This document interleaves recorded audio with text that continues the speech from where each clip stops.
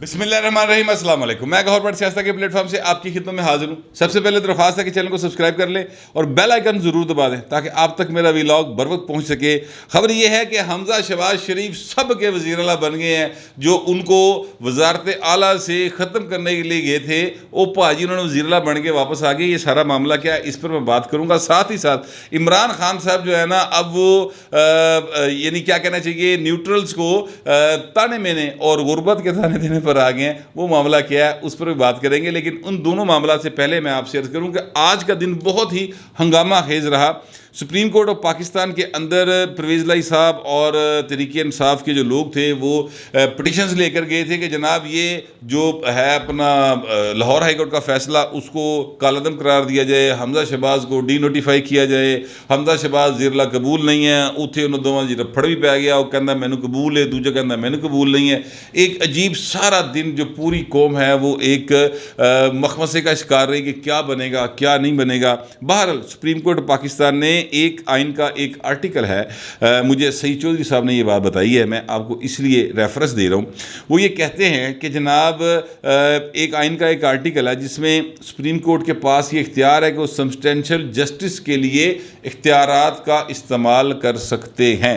تو اسی کے تحت انہوں نے آج ایک پنچایتی کام کیا ہے اور اس میں انہوں نے پوچھ لیا ہے، دونوں دھروں راضی کرتا ہے کہ جناب اے چیز جڑی ہے نا تانوں قبول ہے، اے تانوں قبول ہے، لہٰذا انہوں نے ایک فیصلہ دے دیا ہے۔ حالانکہ یہ معاملہ آئین کے تحت حل ہونا چاہیے تھا۔ میری رائے یہی ہے کہ آئین کے تحت حل ہونا چاہیے تھا، کیونکہ یہ کوئی ذاتی تنازع نہیں ہے۔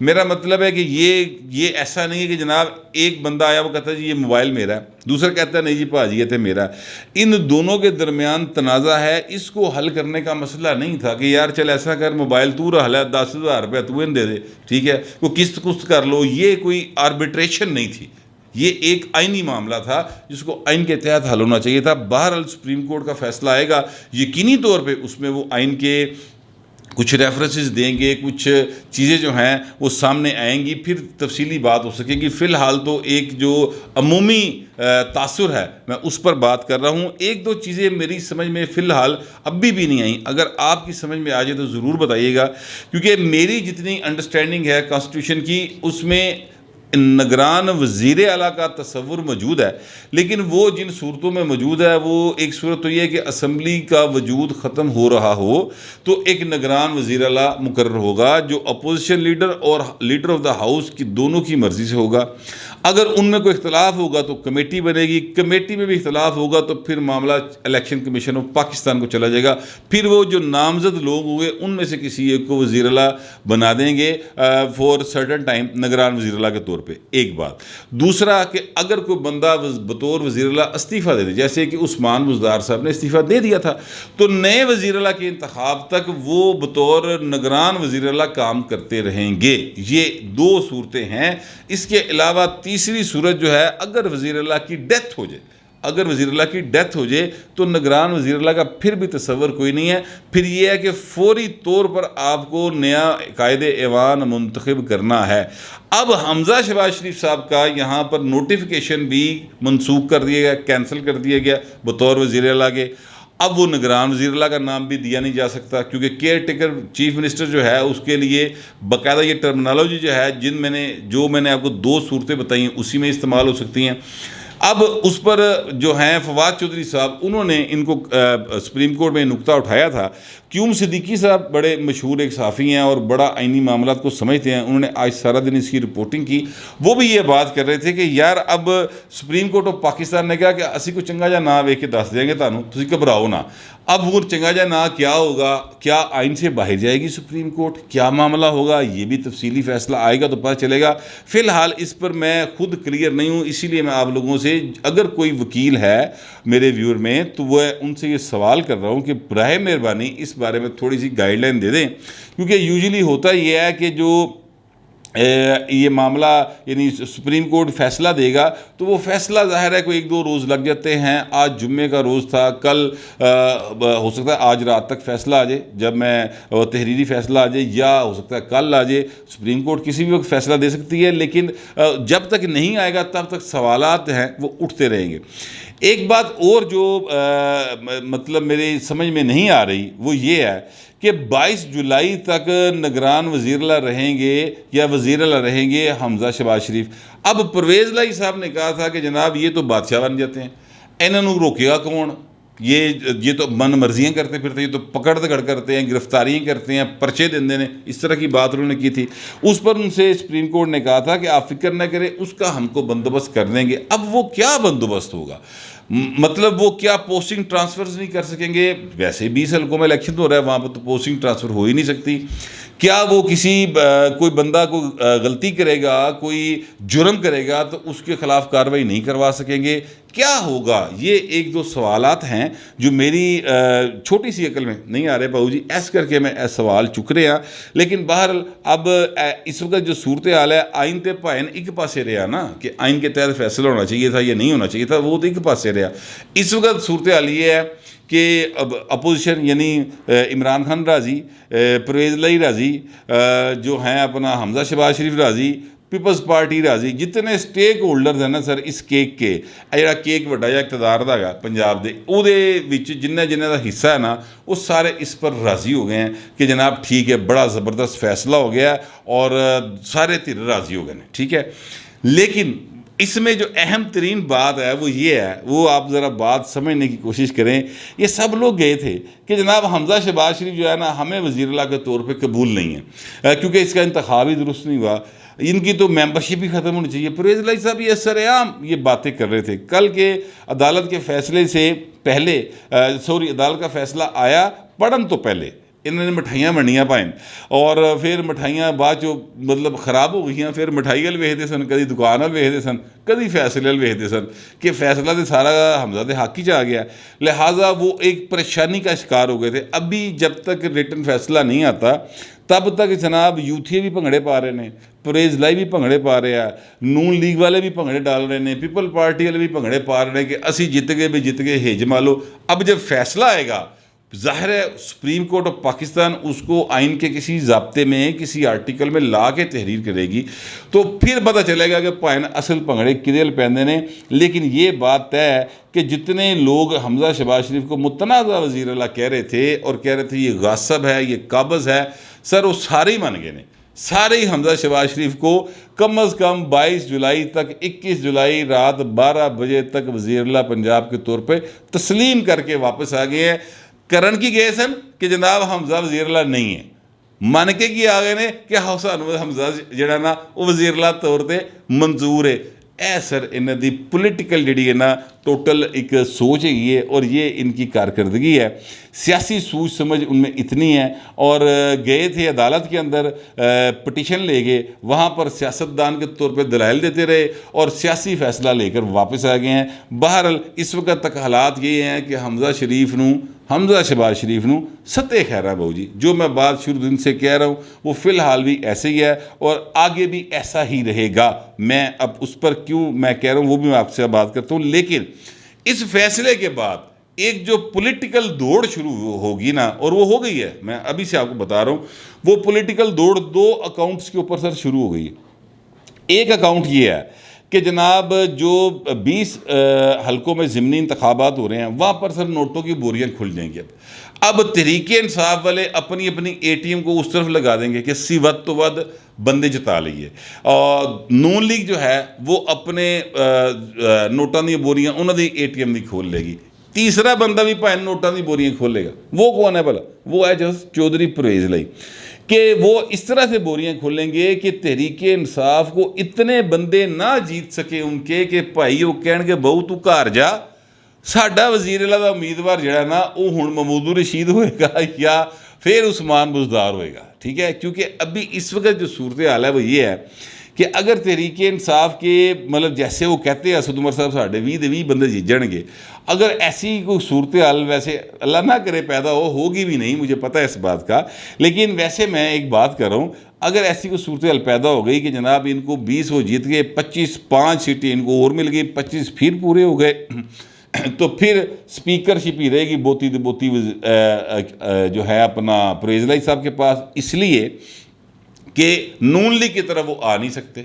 نون لیگ کی طرف آئیں گے تو یہاں پر بھی سپیکرشپ ہی ملے گی، ادھر وزارت اعلیٰ بھی جائے گی. جس حد تک پرویز لائی نے حمزہ صاحب کے ساتھ اور نواز شریف کے ساتھ اور شہباز شریف کے ساتھ اپنے اور آصف زرداری کے ساتھ اپنے تعلقات کو بگاڑ کر لیا ہے، اب اس میں یو ٹرن دونوں پارٹیوں کو لینا فی الحال ممکن دکھائی نہیں دیتا.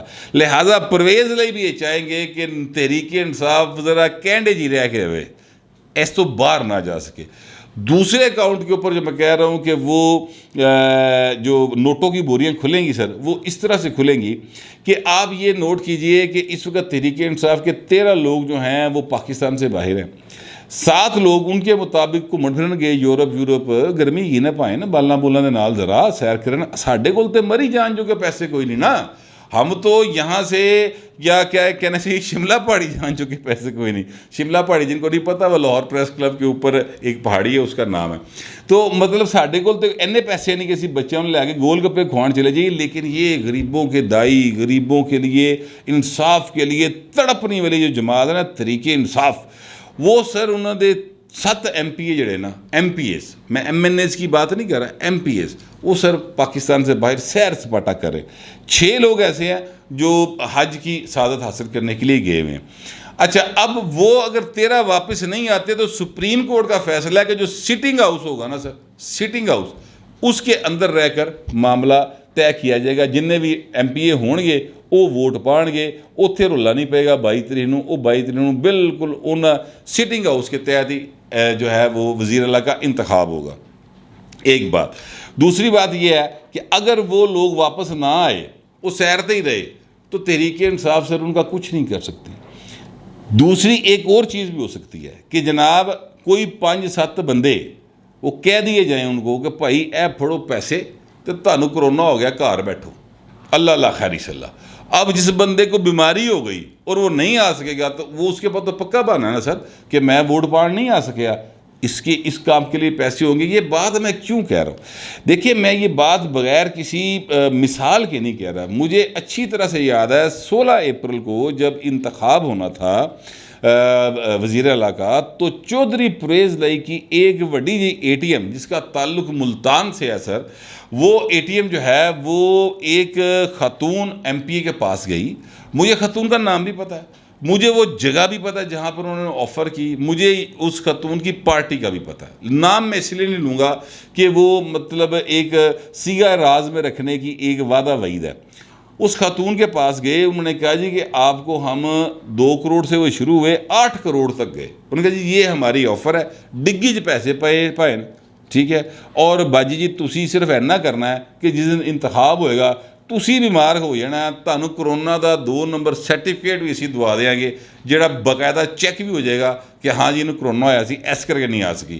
تے تہاڈی پارٹی دے وڈیاں نال بھی اسی گل کر لیں گے، وہ تہاڈی پارٹی دے سربراہ کو تانوں معافی بھی دوا دیں گے، بس تسی گھر بہنا.